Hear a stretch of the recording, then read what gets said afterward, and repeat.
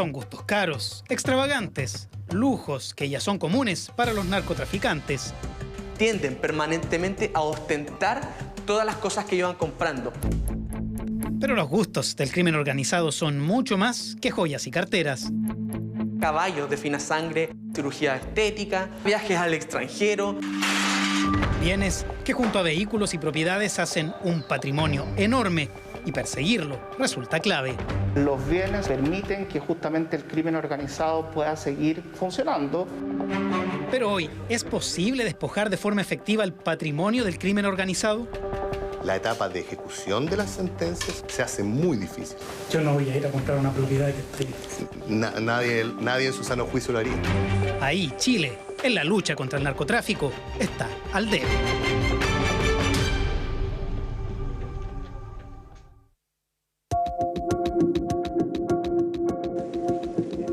Sacaban las cosas, no con la mejor cara. Lógico, estaban siendo desalojados. Debieron dejar la casa porque la justicia así lo determinó. La propiedad estaba asociada al narcotráfico. Todas estas personas eran familiares y en algún momento también estuvieron vinculadas a la investigación por delito de tráfico de drogas en la población Santa Julia, la comuna de Macul. El capitán Pablo Ardiles, del departamento OS7 de Carabineros, nos cuenta por qué esta escena es tan relevante. Estas son imágenes no vistas anteriormente de una investigación que en su proceso final permite sacar una organización criminal de un núcleo de venta de drogas. Estamos hablando de un caso icónico que pocas veces antes visto. Eso porque perseguir y despojar de su patrimonio al narcotráfico resulta en extremo complicado. En este caso fue posible hacer caer en comiso 7 de los inmuebles, gran cantidad de recursos económicos en efectivo, múltiples vehículos de propiedad de la organización.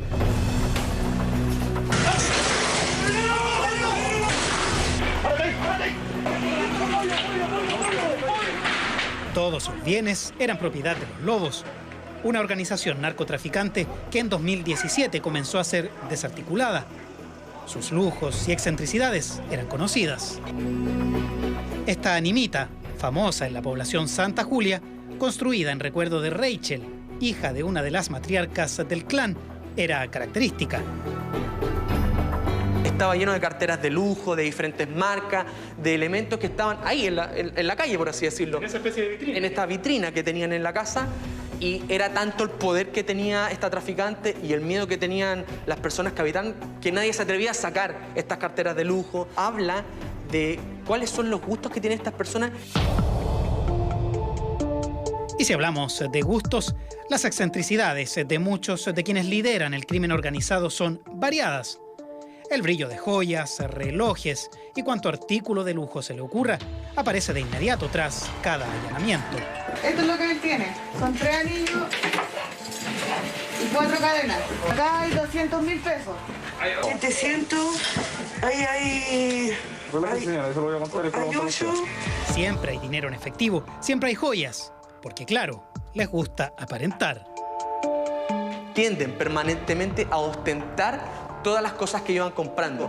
Nosotros vemos en diferentes perfiles de las redes sociales cómo estos individuos muestran el armamento que tienen, las casas que se compran y cómo las alajan por dentro.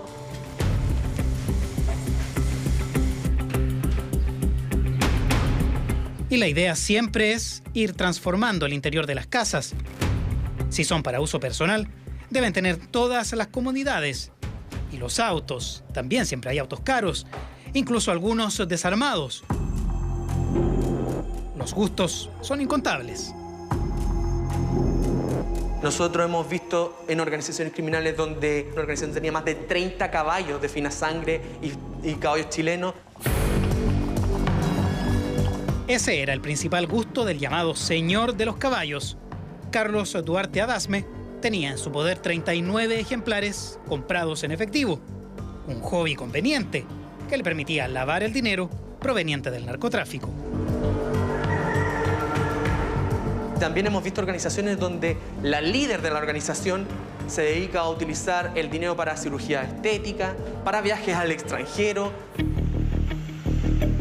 A quien describe es Hilda González, conocida en La Pintana como la reina del pantano. Era fanática de los cosméticos. Se operó en diversas ocasiones para cambiar su apariencia. Lujos que se daba gracias a los dividendos del narcotráfico. Casas y vehículos caros, por supuesto que también tenía. Hablemos de datos.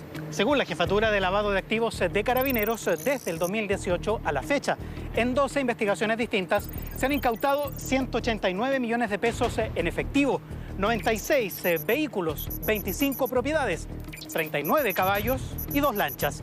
Todo esto avaluado en más de 2.140 millones de pesos. Pero ¿cómo se llegan a detectar estos bienes? ¿Se puede perseguir y despojar efectivamente de su patrimonio al narcotráfico hoy en Chile? Uno puede pensar que es súper simple detectar un delito de lavado de activos, que es que se deriva de la actividad ilícita, al menos en el tema del patrimonio que tienen el crimen organizado. Pero es mucho más complejo y es por eso que ahora vamos a la unidad de análisis financiero, un organismo que es súper poco conocido, pero que tiene una labor muy importante en detectar el patrimonio del crimen organizado. Hola, permiso. Hola. ¿Cómo le va? Buenos días. Buenos días. Es súper importante el perseguir no solo a las personas, sino también los bienes. ¿Por qué? Porque en definitiva los bienes son los que le dan sustento o permiten que justamente el crimen organizado pueda seguir funcionando. Por eso, esta unidad hace inteligencia financiera, es decir, buscan indicios de posible lavado de activos a través de alertas que una serie de organismos, como bancos, notarías o conservadores de bienes raíces, están obligados a informar, como por ejemplo transacciones de bienes con altas sumas de dinero en efectivo. Es algo así como la fórmula que encontraron que podría llevar al éxito en la lucha contra el crimen organizado. Si hay una finalidad económica en la criminalidad organizada, uno al quitarle ese incentivo económico, ¿por qué? Porque logro investigaciones profundas que logren llegar a quien está financiando la operación. Evidentemente, si logro llegar hasta allá, voy desarticulando esa organización y voy quitándole espacio al crimen organizado. Es decir, no se saca nada con detener y encarcelar a los líderes del narco si sus bienes siguen en su poder. Pero es difícil lograrlo. Bien lo sabe el fiscal Miguel Ángel Orellana, que puso su ojo en la importancia de perseguir el patrimonio del crimen organizado. Este cambio de paradigma de las policías y del Ministerio Público ha permitido con bastante fuerza y de una manera creciente aumentar la cantidad de medidas cautelares reales que tienen por objeto asegurar el patrimonio. Esto es impedir, en definitiva, al narcotraficante que luego liquide estos bienes y de esa manera permanezca con una cantidad suficiente de dinero que le permita el giro normal del negocio. El problema es que la dificultad no solo está en las artimañas que usan los narcotraficantes para esconder sus propiedades o sus autos. La Ley 20.000, que castiga el tráfico de drogas, no permite lo que en muchos países se conoce como enajenación temprana, es decir, quitarle los bienes desde que son detenidos los líderes de las bandas. Hoy, en Chile, aún hay que esperar el fin del proceso penal para despojar de su patrimonio a los narcos. Tenemos conocimiento que existen otras formas de actuar en otros países, pero como institución nosotros de manera permanente utilizamos todas las herramientas que tenemos con la finalidad de generar estas investigaciones y afectar el patrimonio, sea como sea. Puede ser más lento el proceso, pero nosotros de manera permanente estamos preocupados y ocupados desarrollando estas investigaciones. La investigación policial parece ir por buen camino. El problema es que, evaluado a nivel internacional respecto al delito de lavado de activos, nuestro sistema en general aún no resulta efectivo. Una de las grandes críticas o de los grandes puntos que se mencionaron en el último informe de evaluación de Chile fue respecto a determinadas normas que debemos modificar. Normas que debemos modificar en la lógica de poder hacer más efectivo nuestro sistema. Y esa norma es justamente la Ley 20.000, que regula también el comiso o la confiscación del patrimonio narco. Tiene una serie de pasos establecidos que implican una pública subasta realizada por la Dirección General de Crédito Prendario con posterior depósito de los fondos originados en esta actividad en una cuenta especial del Ministerio del Interior para el Senda, que tiene por objeto atender las necesidades de prevención. Para mí este centro ha sido un acierto. Loreto tiene 35 años y un hijo de tan solo 3 meses. A este centro dependiente del Senda llegó para tratar su adicción. El problema de drogas sí lo tuve. Gracias a Dios ahora ya siento que ya no, porque todos los días yo estoy aprendiendo a casa. Para mí esto ha sido muy bueno para mí.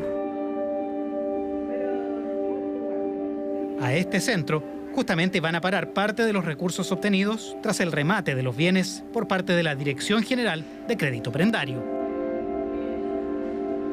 Aproximadamente anual recibimos entre 2.000 millones de pesos y 2.500 millones de pesos y en los últimos 5 años hemos recibido 13.800 millones de pesos. Se hizo una presentación para la reforma de la ley 20.000, ¿cierto? ¿En qué sentido? Primero en el sentido de ampliar no solamente a las drogas, sino que al alcohol también. Y algo muy importante es que también, junto con hacer prevención y tratamiento, podamos hacer proyectos de infraestructura, ¿cierto? Y de investigación. La buena utilización de los recursos es evidente. Llegar a este punto es lo óptimo. Pero, nuevamente, la ley evidencia debilidades a la hora de aplicarla. La etapa de ejecución de las sentencias hoy día se hace muy difícil, particularmente respecto a los bienes inmuebles. Estos procedimientos, en definitiva, se hacen ilusorios cuando se trata de este tipo de bienes caídos en comiso por razones de carácter fundamentalmente práctico. Pasa demasiado tiempo entre que los bienes son confiscados hasta que se produce el remate. Y eso, si es que el remate de alguna de estas casas, situadas muchas veces en medio de poblaciones dominadas por narcotraficantes, efectivamente se llega a producir. Lo que hace absolutamente imposible que en la práctica la enajenación en una pública subasta pueda producirse realmente. Yo no voy a ir a comprar una propiedad que... Nadie en su sano juicio lo haría. Y es por eso que, en definitiva, esto se ha transformado en un cuello de botella del diseño original.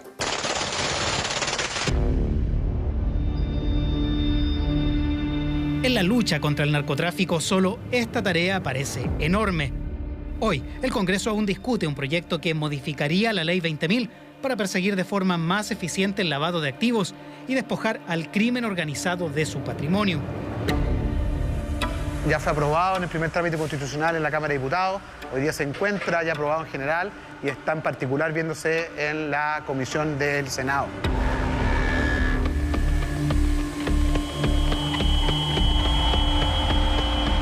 Pero aún se ve difícil el resultado, sobre todo al final de la cadena. Estas propiedades confiscadas por el Estado a la banda de Los Lobos en la comuna de Macul aún no se rematan. Siguen en manos del fisco con el riesgo constante de ser nuevamente tomadas por el narcotráfico.